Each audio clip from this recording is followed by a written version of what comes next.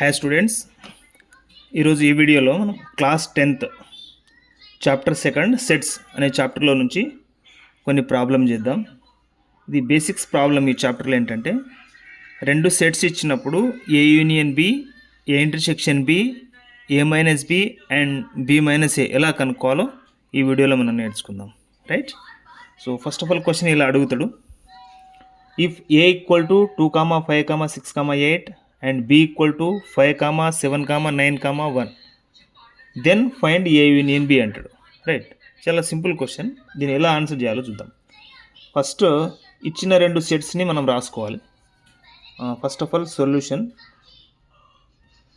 So సొల్యూషన్లో ఇచ్చిన రెండు సెట్స్ని ముందు రాసుకోవాలి. First step A equal to ఇచ్చిన సెట్స్లో ఉన్న elements 2, 5, 6, 8 and set b equal to 5, 7, 9, 1. So first అలా ఇచ్చిన రెండు సెట్స్ రాసుకోవాలి. సెకండ్ స్టెప్లో మనకి ఏం అడిగిండు? ఏ యూనియన్ బి కనుక్కోమని అడిగిండు. కాబట్టి సెకండ్ స్టెప్లో ఏ యూనియన్ బి అని రాసుకోవాలి. ఈక్వల్ టు ఫస్ట్ ఇక్కడ ఏ సెట్ నేమ్ అయితే ఉందో ఆ సెట్టే ఫస్ట్ రాయాలి. ఇక్కడ సెట్ ఏ ఉంది అంటే ఏ సెట్ ఫస్ట్ రాయాలి. సో మళ్ళీ 2, 5, 6, 8 మధ్యలో ఇక్కడ యూ అంటే యూనియన్ అన్నమాట. సో యూనియన్ అంటే యూ రాయాలి. మళ్ళీ బి సెట్, బి అంటే బి సెట్ ఉన్న తర్వాత రాయాలి.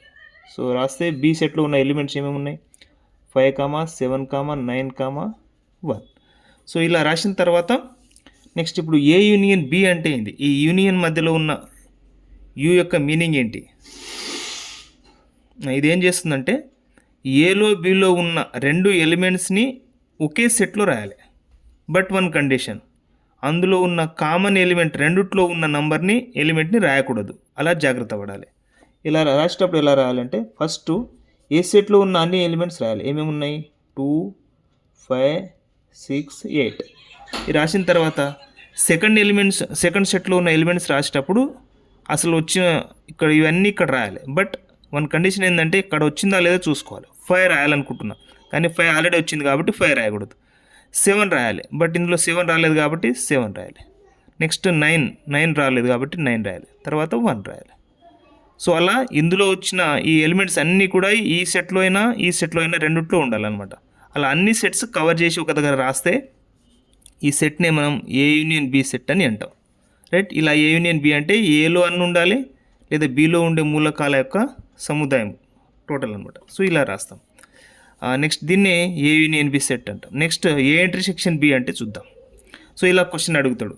If A equal to 5, 6, 7, 8, B అంటే 7, 8, 9, 10, then find A intersection B అని అడుగుతాడు. ఏ ఇంటర్సెక్షన్ బి అన్నప్పుడు సేమ్ సొల్యూషన్లో ఫస్ట్ ఇచ్చిన రెండు సెట్స్ రాసుకోవాలి. A set 5, 6, 7, 8 and set B set పేరు బి సెట్లో ఉన్న ఎలిమెంట్స్ 7, 8, 9, 10. రైట్. సో ఫస్ట్ ఇప్పుడు కనుక్కోమన్నది ఏ యూనియన్ బి కాబట్టి సారీ ఏ ఇంటర్సెక్షన్ బి కాబట్టి ఏ ఇంటర్సెక్షన్ బి రాయాలి. ఫస్ట్ ఇందులో లెటర్ ఏ ఉంది కాబట్టి ఏ సెట్ ఫస్ట్ రాయాలి. ఏ సెట్లో ఉన్న ఎలిమెంట్స్ ఏంటివి? 5, 6, 7, 8. సరే, ఇందులో మధ్యలో ఇంటర్సెక్షన్ ఉంది కాబట్టి ఇంటర్సెక్షన్.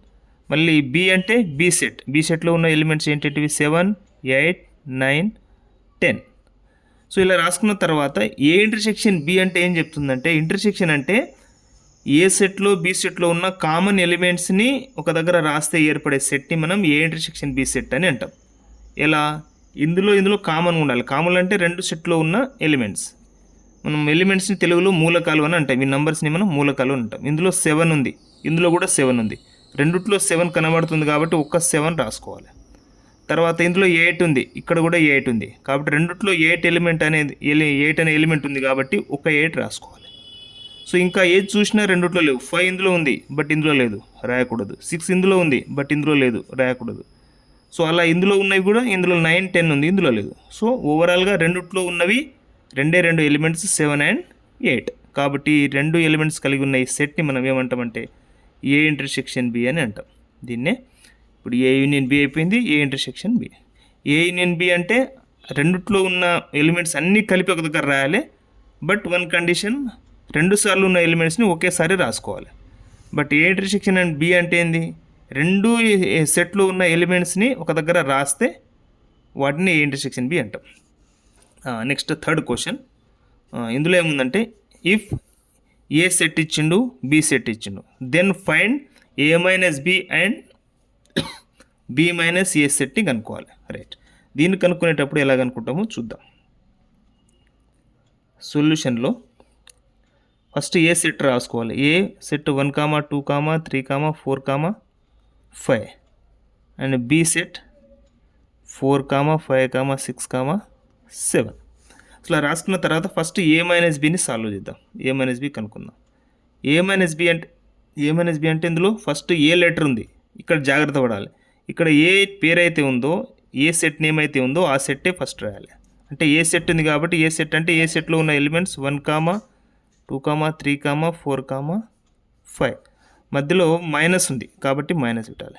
నెక్స్ట్ బి అంటే బి సెట్లో ఉన్న ఎలిమెంట్స్ రాయాలి. 4, 5, 6, 7. సో ఇప్పుడు ఏం చేయాలంటే ఏ మైనస్ బి అంటే అర్థమైంది. ఏ మైనస్ బిలో ఉన్న ఎలిమెంట్స్ ఎలా ఉంటాయంటే ఏ సెట్లో ఉండి, ఫస్ట్ ఏ ఉంది కాబట్టి ఏ సెట్లో ఉంటూ బి సెట్లో ఉండకూడదు. ఏ సెట్లో ఉండాలి బట్ అది బి సెట్లో ఉండకూడదు. అటువంటి ఎలిమెంట్స్ని కలిపి ఒక దగ్గర రాయాలి. రైట్, ఫస్ట్ చూద్దాం. A1 ఇందులో ఉంది కానీ ఇందులో లేదు కాబట్టి 1 రాయాలి. 2 ఇందులో ఉంది, ఏ సెట్లో ఉంది కానీ బి సెట్లో లేదు కాబట్టి అటువంటి సెట్ 2ని కూడా రాయాలి ఎలిమెంట్ని. 3 ఇందులో ఉంది ఏ సెట్లో కానీ బి సెట్లో 3 లేదు కాబట్టి 3ని కూడా రాసుకోవాలి. తర్వాత 4 ఏ సెట్లో ఉంది కానీ బి సెట్లో కూడా ఉంది, రెండిట్లో ఉన్నవి మాత్రం రాయకూడదు. సో 4 ఇందులో ఉంది కాబట్టి రాయకూడదు. 5 ఏ సెట్లో ఉంది, బి సెట్లో ఉంది కాబట్టి రాయకూడదు. సో ఏ సెట్లో ఉండి బి సెట్లో లేని ఎలిమెంట్స్ని రాయాలి. సింపుల్గా చెప్పాలంటే ఇప్పుడు ఈ 1, 2, 3 అనేది ఏ మైనస్ బి సెట్ యొక్క ఎలిమెంట్స్ అన్నమాట. ఇది ఆన్సర్ అవుతుంది. రైట్, దీన్ని ఈక్వల్గా చెప్పాలంటే చాలా సింపుల్. రాయడం ఎట్లా అంటే రెండిట్లో ఉన్న కామన్ ఎలిమెంట్స్ కొట్టేసేయండి. 4, 4, 5, 5 అలా కామన్ ఎలిమెంట్స్ని కొట్టిన తర్వాత ఫస్ట్ సెట్లో మైనస్కి ముందున్న సెట్, ఫస్ట్ సెట్లో ఏవైతే మిగిలినాయో అవి మాత్రమే రాసుకోవాలి. ఇలా రాసుకుంటే దీన్ని ఏ మైనస్ బి సెట్ అంటాం. ఇలా గుర్తుపెట్టుకుని కనుక్కోవాలి, ఈజీగా ఉంటుంది. నెక్స్ట్ బి మైనస్ ఏ సెట్ రాద్దాం. బి మైనస్ ఏకి ఏ మైనస్ బికి తేడా ఏంటంటే బి మైనస్ ఏ అంటే బి సెట్ ముందు రాయాలన్నమాట. ఇది గుర్తుపెట్టుకోవాలి. ఏ సెట్ ముందు ఉంటే ఆ సెట్ ఎలిమెంట్స్ ముందు రాయాలి. బి అంటే బి ఎలిమెంట్స్ ఏమేమి ఉన్నాయి, 4, 5, 6, 7 మైనస్ నెక్స్ట్ ఏ సెట్ అంటే ఏలో ఉన్న ఎలిమెంట్స్ ఏంటి, 1, 2, 3, 4, 5. ఇక్కడ జాగ్రత్త పడాల్సింది ఏంటంటే ఏ మైనస్ బి అంటే ఏ సెట్ ముందు రాయాలి, బి సెట్ తర్వాత రాయాలి.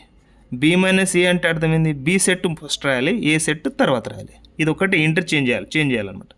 ఇప్పుడు ఇందులో కూడా సేమ్. ఇప్పుడు బిలో ఉంటూ ఏలో ఉండకూడదు, ఈ బి సెట్లో ఉండాలి, ఏ సెట్లో ఉండకూడదు. అటువంటి ఎలిమెంట్స్ని రాయాలి.